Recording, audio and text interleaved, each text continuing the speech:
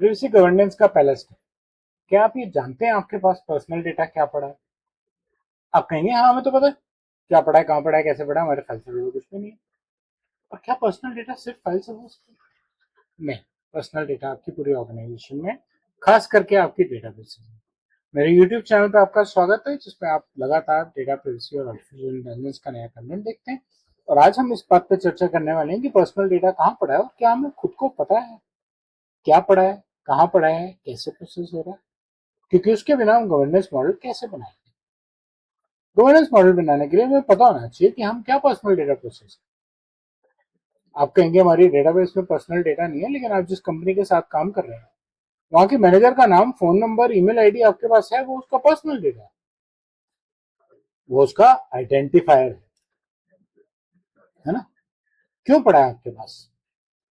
आप उस कंपनी की ट्रांजेक्शन करते हैं, उसको प्रोसेस करने के लिए पड़ा है, जेन्युइन है। क्यों का मतलब ये जरूरी नहीं है कि हर चीज गलत होगी या कोई भी चीज गलत होगी, लेकिन आपको पता होना चाहिए। आपने रियलाइज ही नहीं किया कि उस डेटाबेस में पर्सनल इंफॉर्मेशन है, वेंडर्स की होती है और स्टाफ की तो सबके पास होती है। कहाँ से आई, क्यों पड़ी है, कब तक पड़ी रहेगी, किस प्रोसेसिंग में हम यूज कर रहे हैं, कैसे यूज कर रहे हैं, ये जानना जरूरी है। ये इन्वेंट्री आपके पास होनी चाहिए, हम क्या प्रोसेसिंग एक्टिविटीज करते हैं, इंडिविजुअल्स का कैसा डेटा है हमारे पास। प्रोसेसिंग का पर्पस क्या है? बिल बनाने का, ठीक है, गुड है। फिर से वही बात कह रहा हूँ, कोई गड़बड़ नहीं है ना? किस सिस्टम पे पड़ा है, कुछ लोकेशन में पड़ा है, देश में पड़ा है, देश से बाहर पड़ा है, बिजनेस ओनर को कौन देख रहा है, कौन मॉनिटर कर रहा है उस पर्सनल डेटा की लाइफ साइकिल को मैप करना बहुत जरूरी है।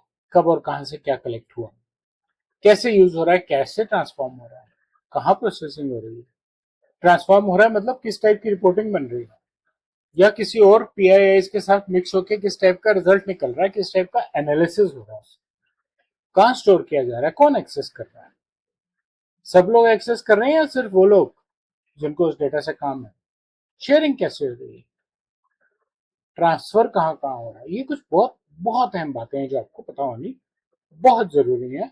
खास करके आप कब तक रखेंगे उसे और फाइनली कब डिलीट करेंगे। अच्छा, लेकिन मैं डिलीट करूंगा तो पक्का डिलीट हो गया, मेरी स्टोरेज जिसके पास जाएगी कहीं वो रिकवर तो नहीं कर लेगा बाद में उसमें से पुराना डेटा।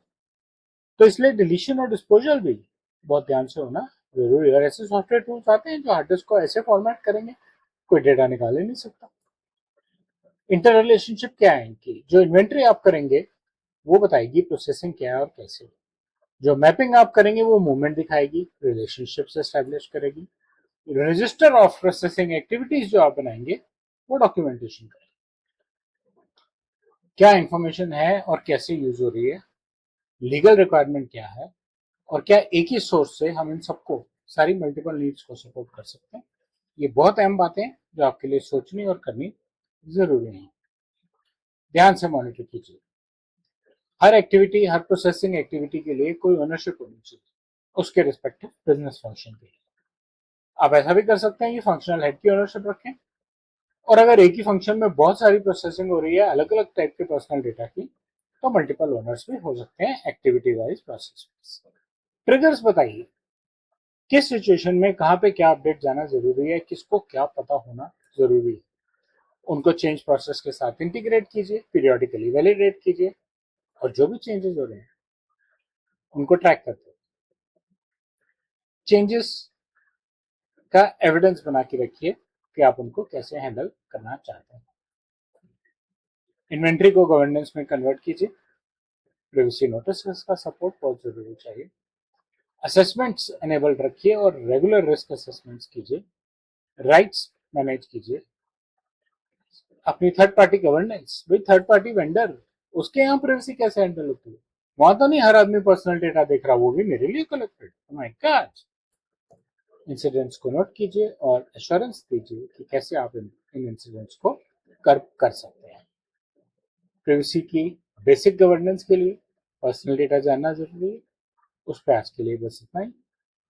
मुझे उम्मीद है आपको कंटेंट अच्छा लगा होगा। पहले लाइक आइकन दबाएं, मेरे चैनल से सब्सक्राइब करें, अपना फीडबैक कमेंट सेक्शन में शेयर करें। धन्यवाद।